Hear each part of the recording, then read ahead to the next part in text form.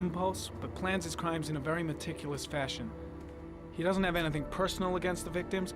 That's why he covers their faces with mud, to make them anonymous. Why does he kill them if he doesn't have anything against them?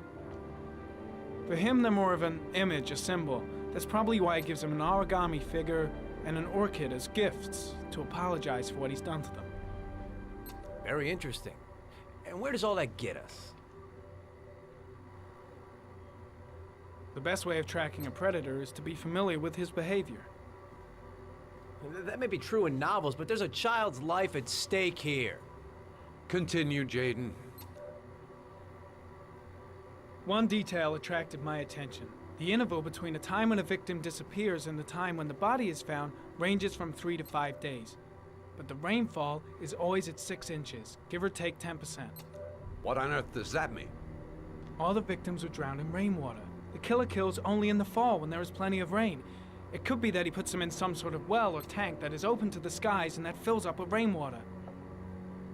The more it rains, the less time the victim has to live.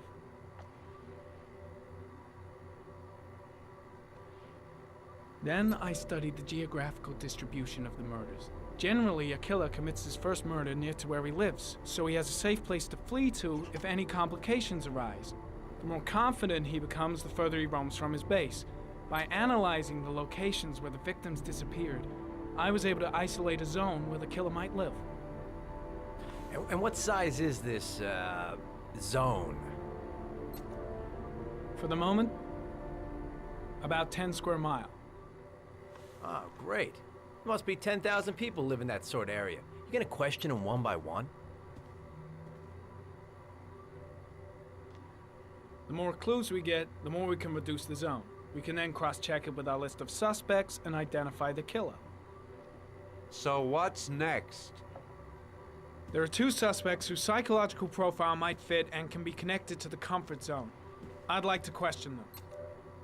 God damn it. We're wasting our time with this bullshit. The killer's out there somewhere, and we gotta get off our asses and find him. The killer is no ordinary murderer. He is intelligent, organized, and methodical. You won't find him by patrolling the streets.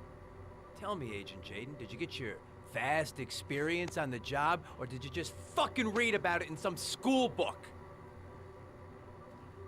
I came here to find a killer.